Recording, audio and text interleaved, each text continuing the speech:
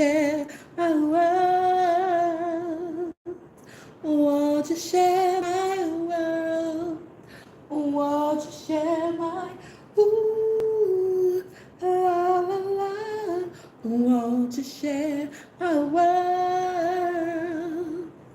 Won't you share my world? I'm trying to come up with a jingle, right? And in particularly, I love that song. And you will notice that it is pretty much, um, it's pretty much on all of my shorts. That's like my signature song. That's good. No. That's my signature song on all of my shorts. It is Soulful Saturday. Here it goes. Um, and it is 7 p.m. Eastern Standard Time. So I'm trying to come up with a jingle, people. You know, every Saturday we read and we speak about what we're reading about. And we have been reading from The Seat of the Soul for the past few weeks. We are now up to chapter 6. So this is, hold on, wait a minute. This is the 6th week. So I'm excited about it. 6 weeks in a row. The first Soul Food Saturday, you're going to have to go back and check it out because it was a hoot. I was all like, not say I was mainly focused in the aesthetics, but I was definitely more focused in the aesthetics than since. Just the very first week. And I was up and I was ready and I was like, okay, let's begin. And then my alarm started going off and I had to disrupt it. And then I had to come back. Like I had to really, really show and prove that I'm committed to doing weekly episodes. So 6 weeks in, that's pretty good. That's pretty big for me, man. I tried to do episodes with co-hosts on a weekly basis and things of that sort, but like the divine is the navigator and the compass. So if someone isn't motivated by the divine to be here as a co-host every week, I'm certainly not going to push for that to happen. And what I am going to push though is for me to stay committed to my commitment of doing at least an episode a week. And with the way my schedule has like become ultra full, yet somehow balance. It just, yeah, it got extra full. My schedule got extra full. But still, I still found me time. I still found quiet time. I believe I even found study time. And I was even finding study time before my schedule got really, really compact. Like my schedule was just literally school and fitness and an internship. And now my schedule and doing obviously my content creating here at the Super Tea Podcast Show. But now my schedule is so much more, and it's like, oh, you didn't really know how much time you really have a lot. So thank you. I'm grateful for that time. I am the host of the Super Tea Podcast Show, and it is Soulful Saturday. And once more, on Soulful Saturday, we read together from this book right here. I didn't get too glam. Yes, I put on some lipstick. I got a little bit of eyeshadow on, but as you can see from my pimple marks, I did not put no cover up on. So you got glamish. You got glamish today. You didn't get glamour, you got glamish.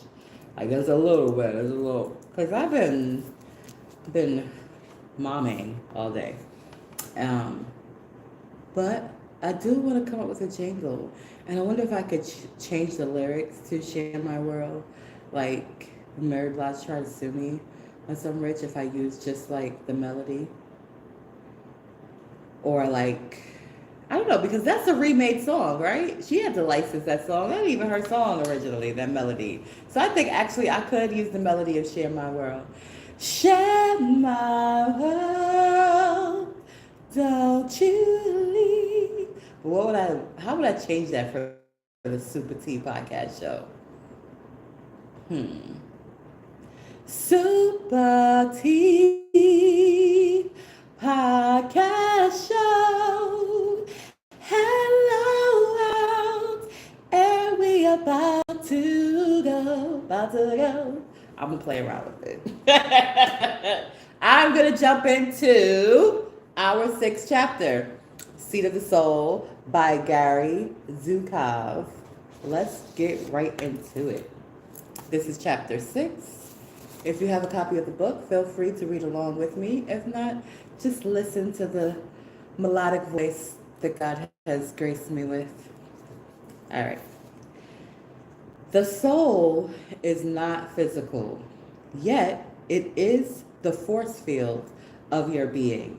The higher self is not physical, yet it is the living template of the evolved human, the fully awakened personality.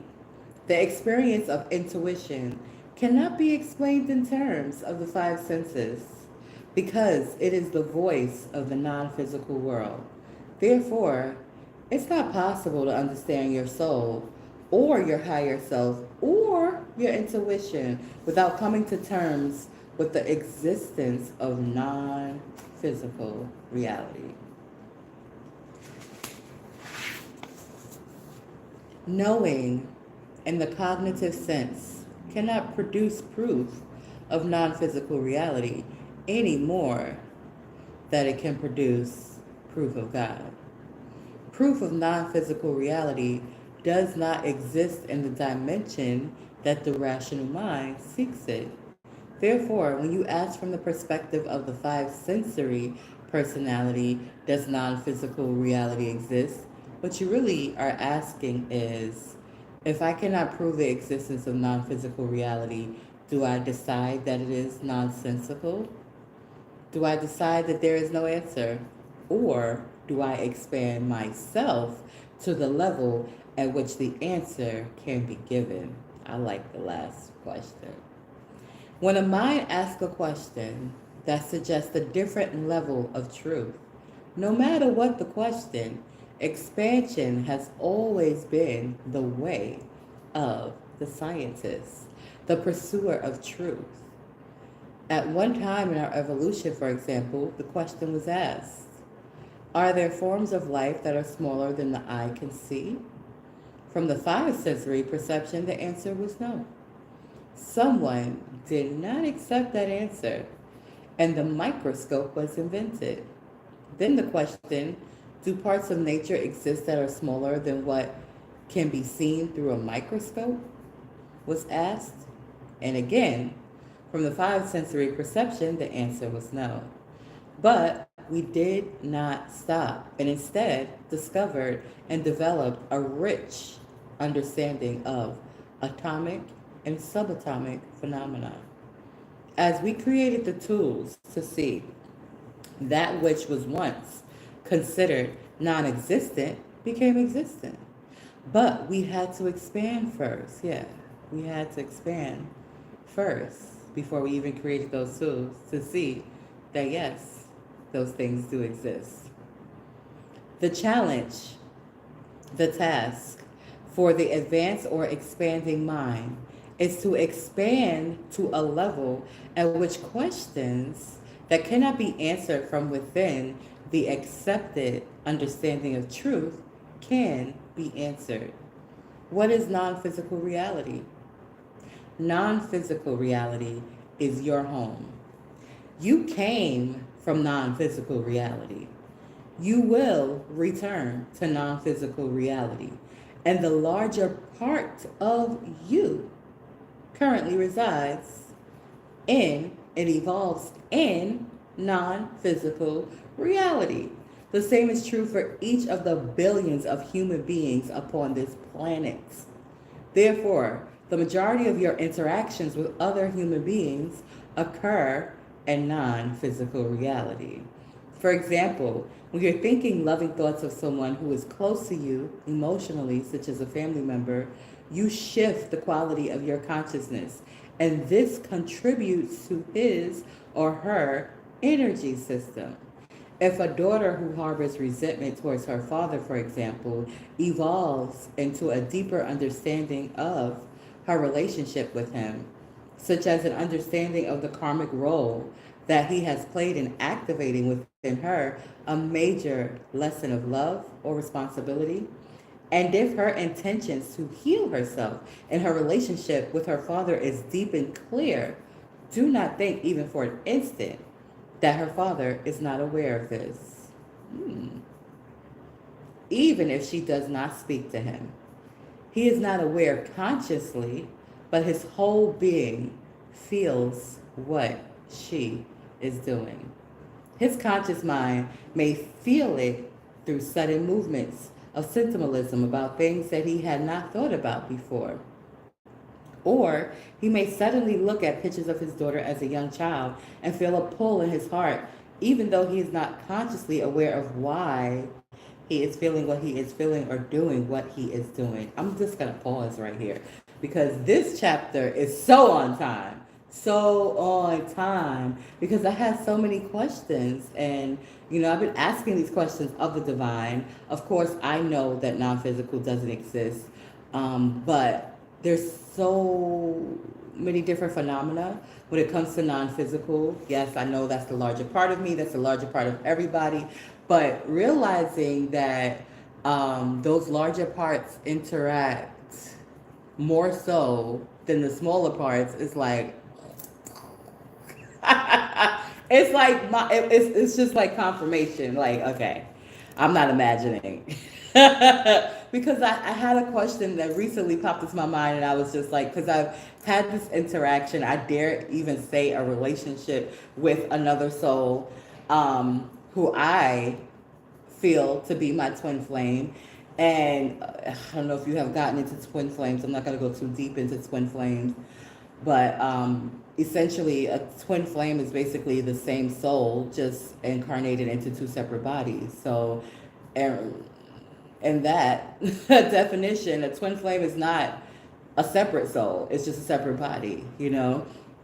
So anyway, it's been an interaction for some time that I've been conscious of, and they come to mind. And just as they're explaining here in this book in reference to a daughter and a father, even if they're not speaking to each other, where audibly and actual verbiage, like I'm using actual verbiage, just her having the intention of repairing their interaction and their relationship, it can be felt by the other person. And so I was questioning the feelings that I was getting, from my twin flame. And I was just like, what is this? Like, is this really even authentic? It's feelings, it's dreams, it's so much. And I was just like, well, maybe since the mind is so powerful, I created all of this, but this is giving me confirmation that no. And even though I don't know what will become of it, because obviously it takes two, baby. It takes two.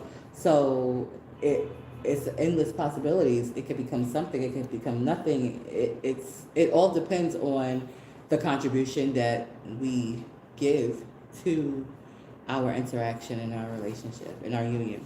But with that being said, I'm gonna get back into the book. All right, where we at?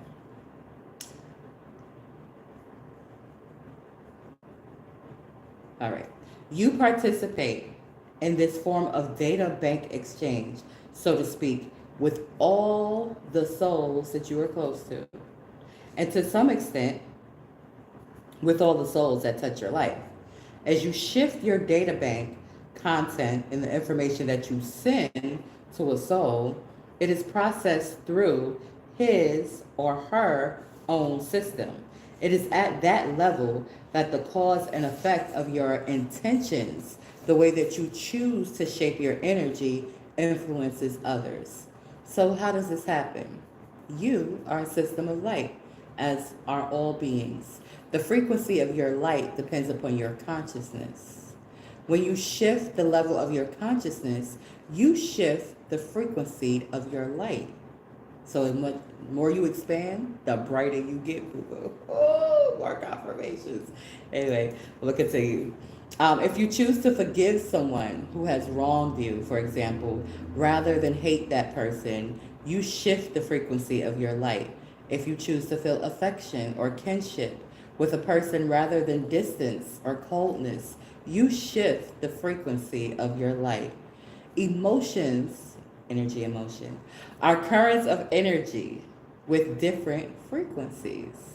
Emotions that we think of as negative, such as hatred, envy, disdain, and fear, have a lower frequency and less energy than emotions that we think of as positive, such as affection, joy, love, and compassion. When you choose to replace a lower frequency current of energy, such as anger, with a higher frequency current, such as forgiveness, you raise the frequency of your light. When you choose to allow higher frequency currents of energy to run through your system, you experience more energy. When a person is despairing, for example, or anxious, he or she feels physically depleted because he or she has merged with an energy current of low frequency. A person in this situation becomes heavy and dull, whereas a joyous person abounds with energy and feels buoyant because he or she is running a high frequency current of energy through his or her system. I'm pretty sure electricians understand this like the back of their hand. Different thoughts create different emotions. Thoughts of vengeance, violence, and greed, or thoughts of using others, for example, create emotions such as anger, hatred, jealousy, and fear. These are low frequency currents of energy, and therefore they lower the frequency of your light, and they also lower the frequency of your consciousness. Creative or loving or caring thoughts invoke high frequency emotions, such as appreciation, forgiveness, and joy, and raise the frequency of your system. If your thoughts are thoughts that draw low frequency energy currents to you, your physical and emotional attitudes will deteriorate. And emotional or physical disease will follow. Whereas thoughts that draw high frequency energy currents to you create physical and emotional health. Lower frequency systems pull energy from higher frequency systems. If you are unaware of your emotions and your thoughts, your frequency will be lowered by, you will lose energy to a system of lower frequency than your own. We say, for example, that a depressed person is draining or that he or she sucks up energy. A system of sufficiently high frequency will soothe or calm or refresh you because of the effects of the quality of its light upon your system. Such a system is radiant. By choosing your thoughts and by selecting which emotional currents you will release and which you will reinforce, you determine the quality of your light. You determine the effects that you will have upon others and the nature of the experiences of your life. Look at you, all in control of your lights in your life, okay? Sounding like you're powerful. Light represents consciousness. When we do not understand a thing, we say that we must bring it to light. If we are confused, we say that our process needs more light. When a sudden idea reorders our thoughts, we say that the light came in, or came on rather. And when a person is fully conscious, we say that he or she is enlightened. When you release a negative thought or negative feeling, you release lower frequency currents of energy from your system. And this literally allows an increase in the frequency of your consciousness. Thinking of the universe in terms of light, frequencies, and energies of different frequencies, in the term that has become familiar to us through the study of physical light, is not merely metaphorical. It is a natural and powerful way to think of the universe because physical light is a reflection of non physical light. Physical light is not the light of your soul. Physical light travels at a certain velocity, it cannot go faster. The light of your soul is instantaneous. There is no time between a daughter's loving intention towards her father and the soul of her father understanding that intention. Mm, mm, mm, mm. Instantaneousness, therefore, is very much a part of your life. In non physical reality, the decisions that you make in terms of how you choose to use your energy have effects that are instantaneous. They are one with who and what you are. Energies that emanate from your soul have instantaneousness to them. Energies that emanate from your personality follow the path of physical light. Fear, for example, is an experience of the personality. The soul can be confused and away from light, but it does not experience fear at all. If the soul experiences an absence of light from a part of itself, the personality will experience this absence of light as fear. So you see, if you've been following along, you already know the soul is different from your personality. If you're new here, I encourage you to catch up. Each episode is about an hour and some change. This is the 6th week, so you got 6 hours of catching up to do, more than 6 hours. But catch up so you can be together with us here. Back to the book. Let me start that paragraph over. Energies that emanate from your soul have instantaneousness to them. Energies that emanate from your personality follow the path of physical light. Fear, for example, is an experience of the personality. The soul can be confused and away from light, but it does not experience fear. If the soul experiences an absence of light from a part of itself, the personality will experience this absence of light as fear. That fear is of the personality and therefore of space and time. Unconditional love is of the soul, instantaneous, universal, not bound. Just as visible light is one portion, like an octave, in a continuum of energy, of graduated frequencies that extends below and above what the eye can see. The continuum of non-physical light extends below and above, so to speak, the frequency range in which the human exists. The human experience is a particular frequency range in the continuum of non-physical light, in the same way that visible light is a particular frequency range in the continuum of physical light. Other intelligences inhabit other ranges of frequency. These forms of life do not exist elsewhere from us, just as infrared light, ultraviolet light, microwave light, and many, many other frequencies and ranges of frequencies coexist with the visible light spectrum, but are invisible to us. The life forms that are characterized by different frequency ranges of non-physical light coexist with us, but are invisible to us. In the place that you now sit exist many different beings or groups of beings, each active and evolving in its own reality and in its own way.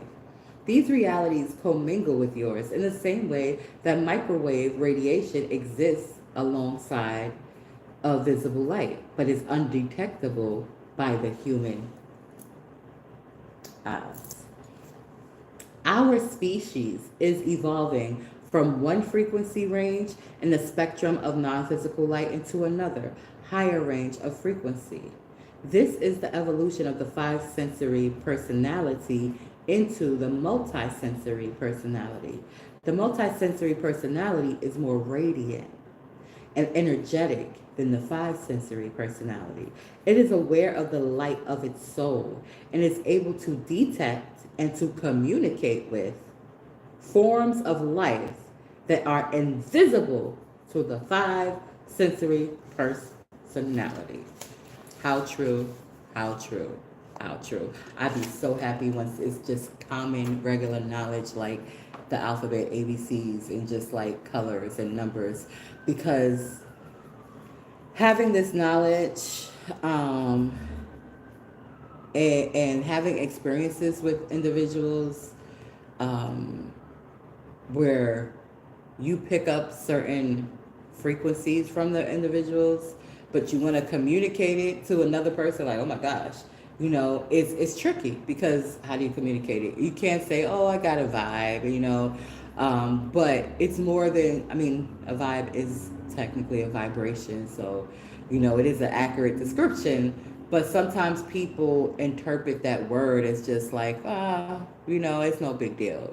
That don't mean nothing. It ain't concrete because they cannot see or describe with their five senses. It's not like, oh, somebody said something, so it was audible. It was not like, you know what I'm saying? Mm, I'm just looking forward. I'm glad that I'm aware. I'm glad I get to share. Hopefully inspire whoever watches, whoever listens to go deeper and dive deeper into this knowledge, because it needs to become common. It needs to become common. It's way more common now than it was perhaps a decade, 2 decades ago, but it needs to be like as common as the alphabet. Like I feel like they should teach it to the children. They are aware of it already, but they should put it in a communicative form to make it easy, for them to, or easier for them to express themselves and recognize what they are experiencing emotionally and don't discard it. Like if a child is feeling a way, they should be able to vocalize it, if they're vocal, of course, or express it, however, and it should be safety around that expression and not, oh, what you talking about, and oh, like behave yourself, and oh, trying to shape them to disconnect from their natural senses. I'll get back to the book now. The universe is a hierarchy that has no bottom and no top. Between the levels of the hierarchy, there is an understanding that higher perceptions can be a part of and are encouraged to be a part of the experience of lower plane spirits as they strive to expand their own awareness. Thus, there's always a higher level of assistance. You are involved in this process, although your personality is unaware of this, because it is done at the level of your soul. There is much that a five sensory personality is unaware of, and much that even a fully empowered multi sensory personality will not remember until at the end of its life and it returns to non physical reality. You are not aware of the many lifetimes of the past and future personalities of your soul, for example. Typically, you're not. But the intensity of parts of you, of your being, derives directly from these lifetimes, just as do some of your relationships. If an aspect of your being manifests physically, such as the aspect of you as teacher or you as warrior, then there are connected non-physical aspects that are also active in participating in the teaching or the warring dynamic from the non-physical realms of which you are part and bonded to. Basically, in layman terms, what that means. If you were a great teacher in another lifetime, your soul was imprinted by that experience. Your soul participated in that experience. So even in a new lifetime, where you may not have that as your job, your soul is still the same. You're just having another experience in another lifetime, and the same goes for if you were a warrior in another lifetime. Your soul participated in that. So even if you are in a different lifetime and you're not at war, it's only peace, that aspect of your soul is still there. And although it's evolving um, it's still a part, still a part. You may evolve past it. The soul obviously will evolve past it because now in your new lifetime, you're not having the experience of war. You're having the experience of peace. You may remember that, but you know to grow past it. Your soul automatically is that the word I'm looking for? Intricately knows to evolve, whether your personality is aware of it or not. Let's get back into the book though. All right. Mm. The aspect of yourself that you bring to bear in a physical moment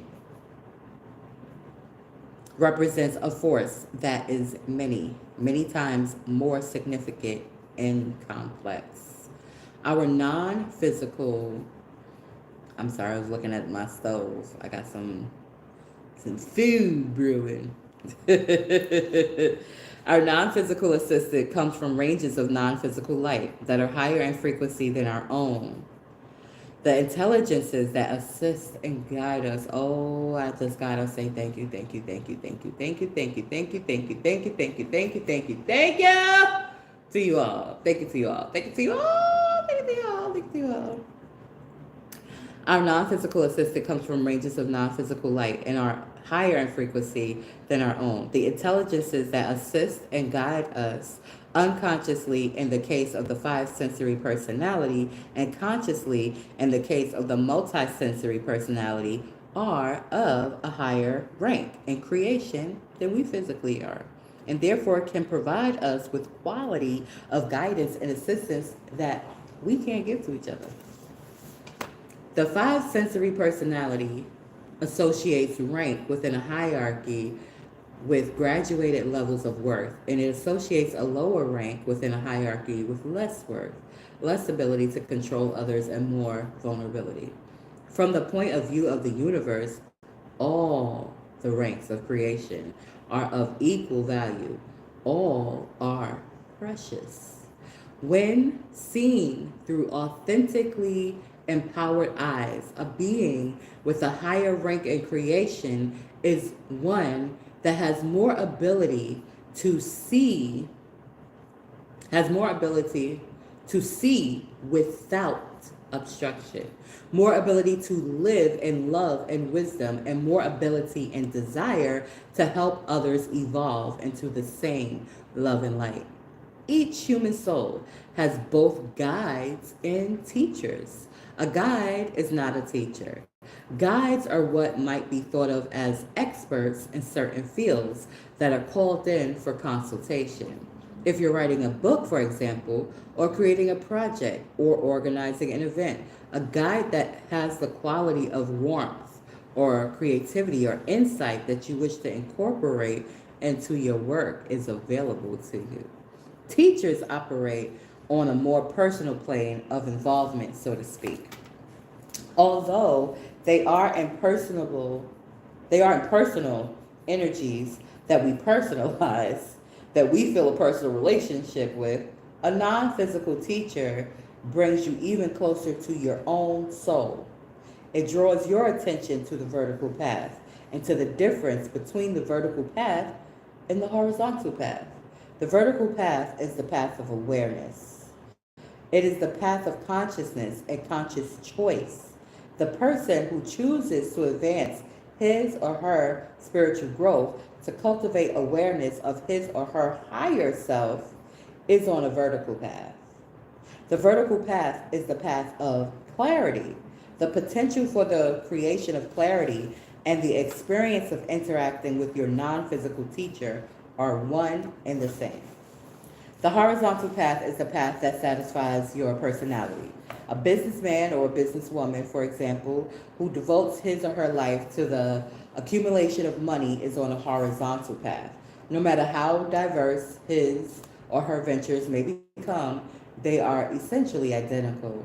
If they make money, they please the personality. And if they lose money, they distress the personality. But they do not serve the higher self. And of course, once again, we know this book was written in the 80s, so that is not accurate for modern day businessmen and women, because many modern day businessmen and women are actually um, choosing to serve their higher self and profit from being of service to their higher self and from their higher self. So, this paradigm has already changed. We have already evolved past this point right here. Not many are aware of it. So, that's why there's still relevancy to sharing and reading a book that was written in the 80s in 2025, because there are some business women and businessmen who do operate from the old paradigm, not even aware that they can be fulfilled out with their works, right? Outside of just the monetary gains or the monetary losses. A monetary loss does not have to cause a person distress. And a monetary gain does not have to just feed the ego neither. It could be the fact that they are serving from their soul and with their soul that's bringing their soul fulfillment, and they would be able to ride the ebb and flow of the monetary gains and losses, because is what it is. And they would be affected differently. Um,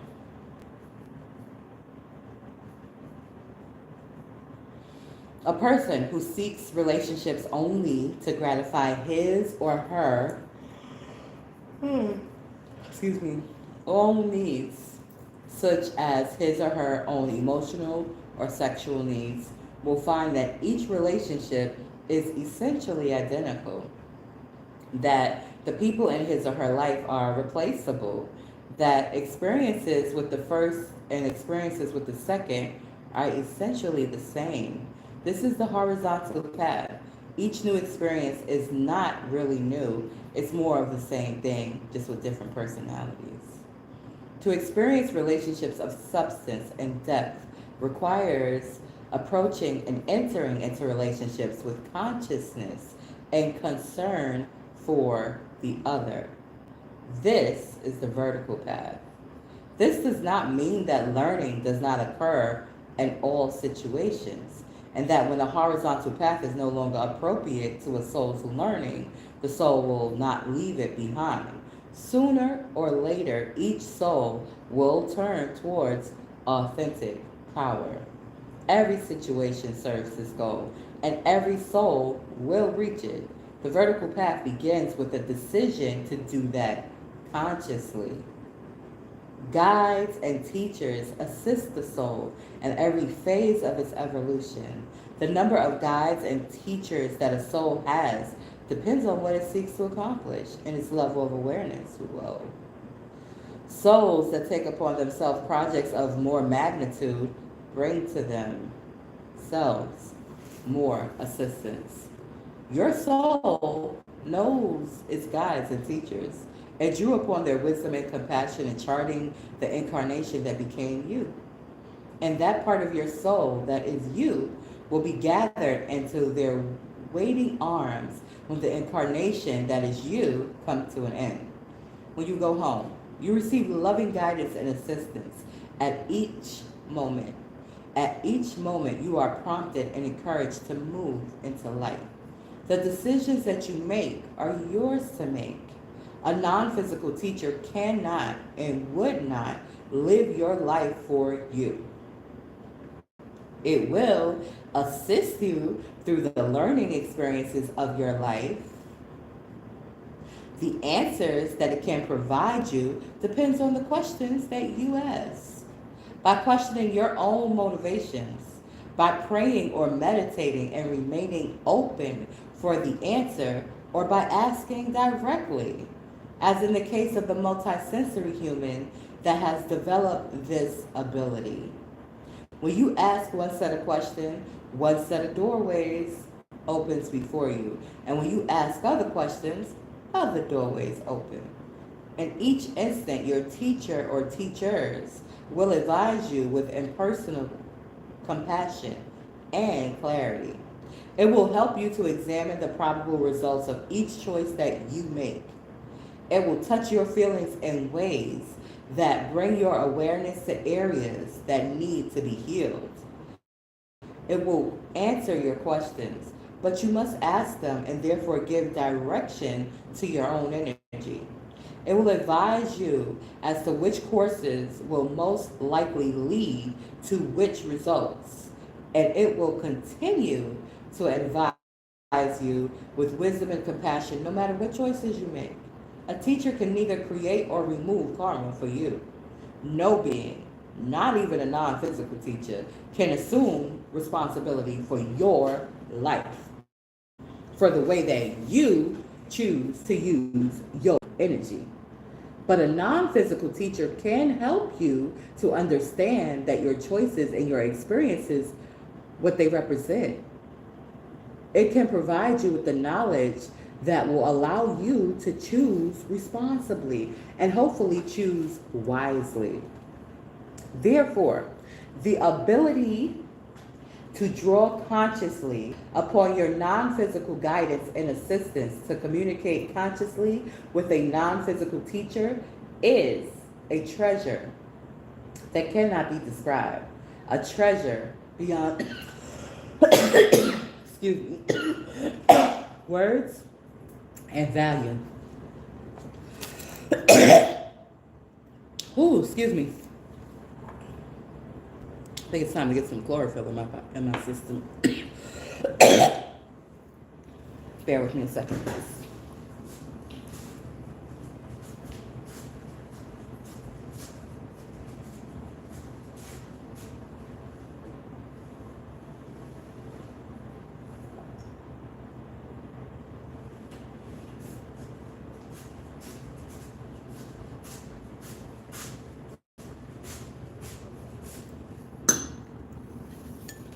I'm still here. I'm just gonna check on my food real quick too, since I'm up and moving.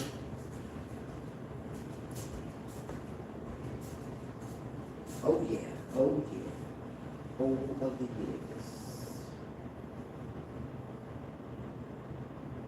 It's doing what I wanted to do. It's doing exactly what I wanted to do. Whew.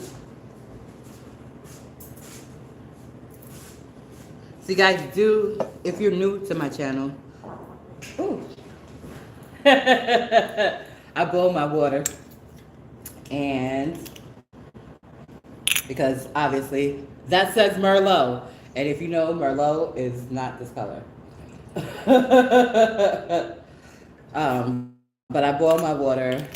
I utilize my glass bottles to store it, and that's how I purify my water. That's an old school hack. But this is some lemon. I have been adding lemon because it actually helped me get through my consumption way more efficiently. Plus, citrus is good for you. So this is the lemon juice that I'm using.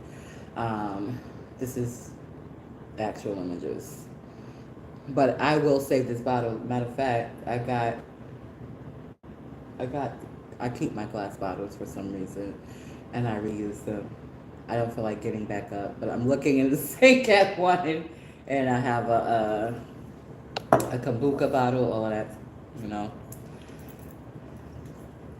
Saves coins.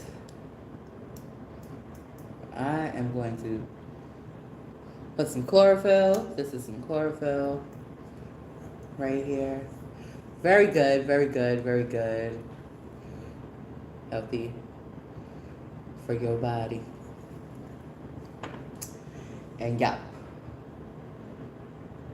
I'm gonna use my finger because it's my prerogative, and it's my finger. Interesting how the chlorophyll has joined with the lemon juice. It has become floaties.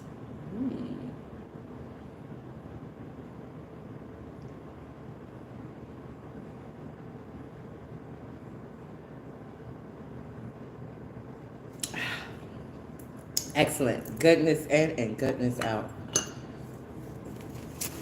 Let's continue. Each, every, not each. Every decision that you make either moves you towards your personality or move you towards your soul. Oh, goodness. Each decision that you make is an answer to the question, how do you choose to learn love?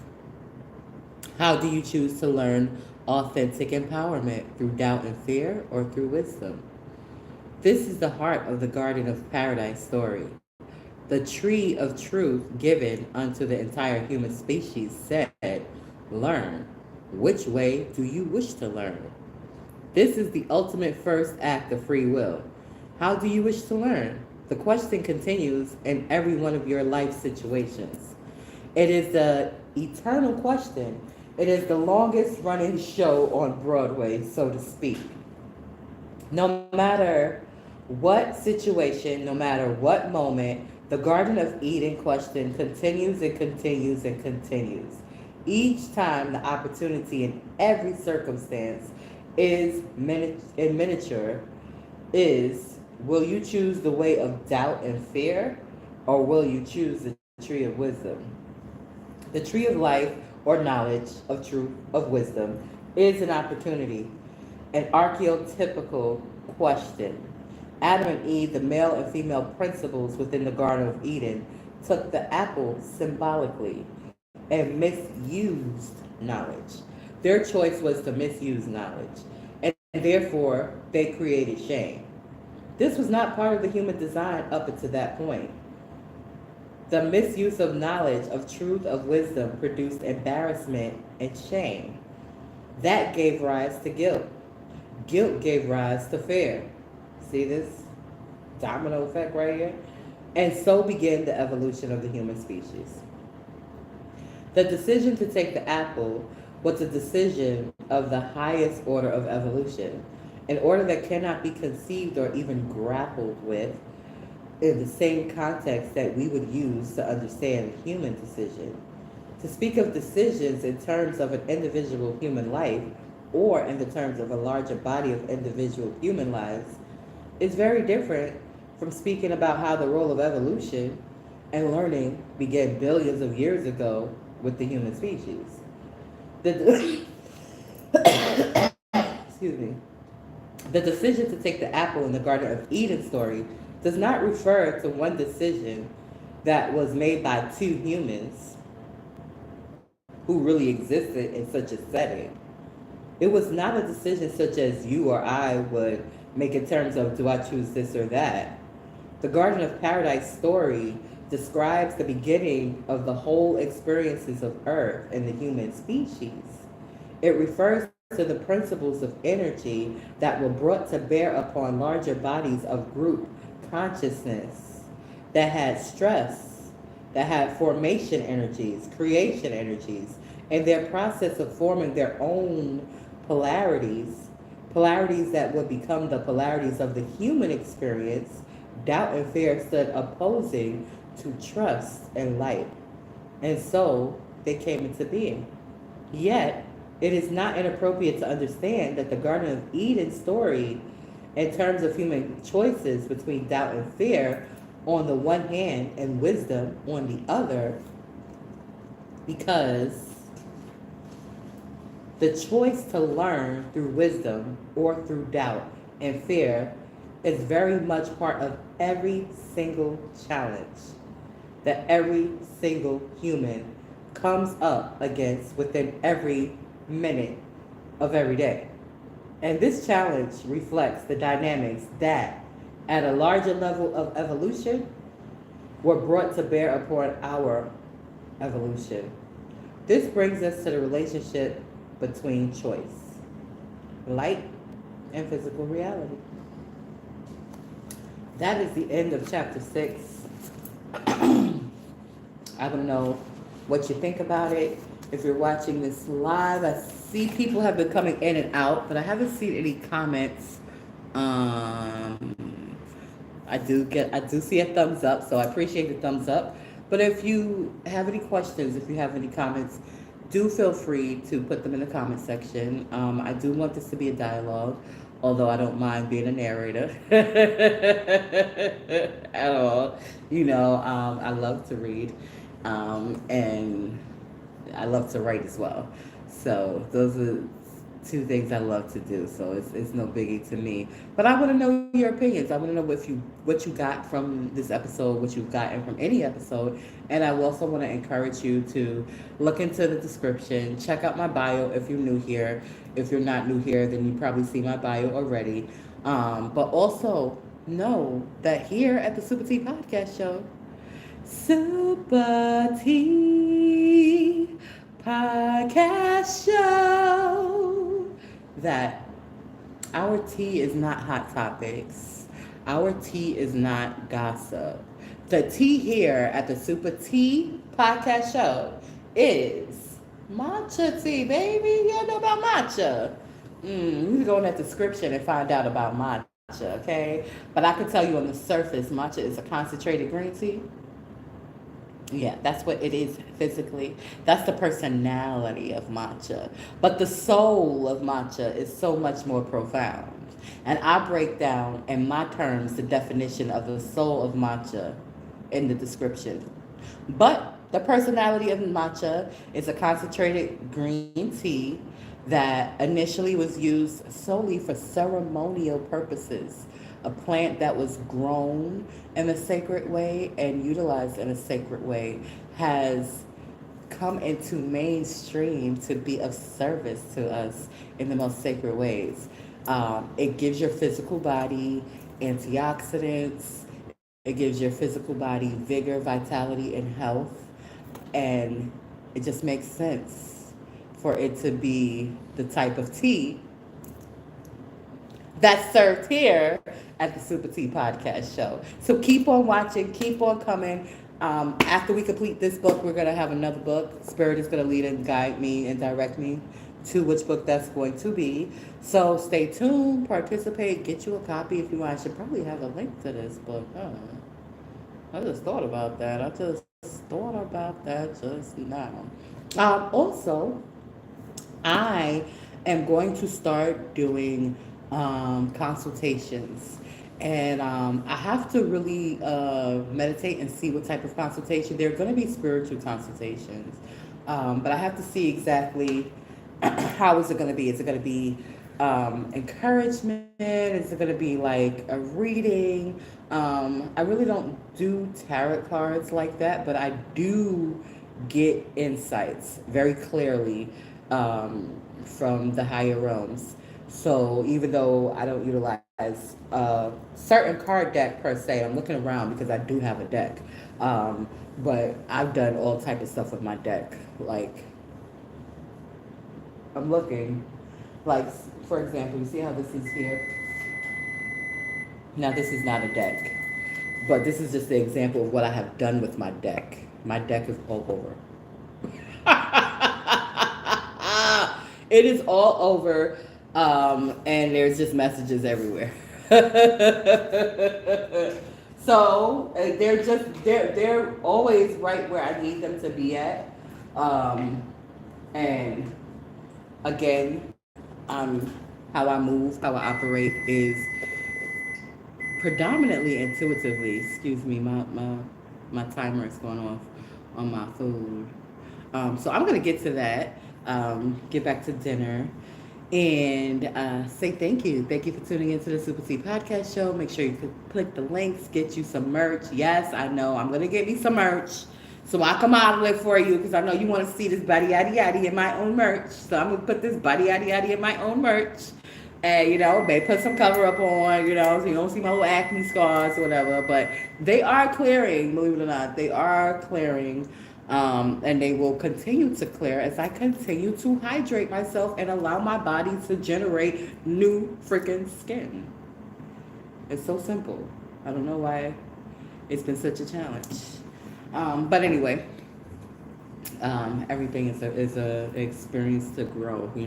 I think I dived so much into my spirituality that I just really wasn't that concerned with the surface stuff. It's like, yeah, whatever, but now I realize, like, me showing concern for the surface stuff is not exactly being superficial, especially since I've already committed to my spiritual walk.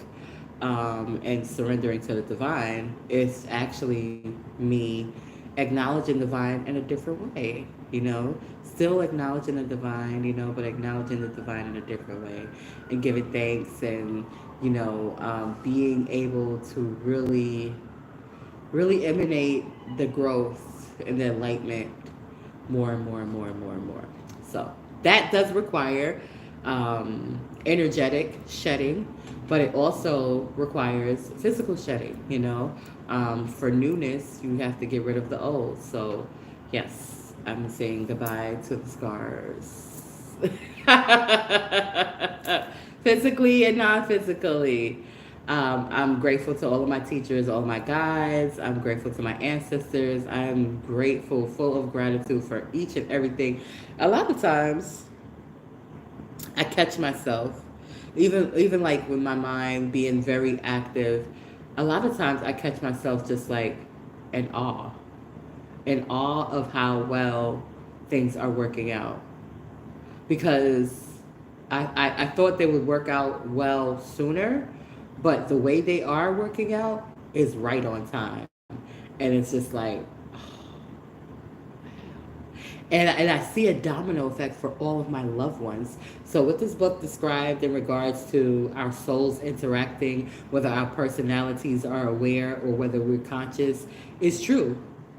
We do feel the effects on a soul level. There will be changes that happen in each person's life that is connected to a particular or particular people who are intentionally being positive, intentionally being loving, intentionally being of a higher frequency.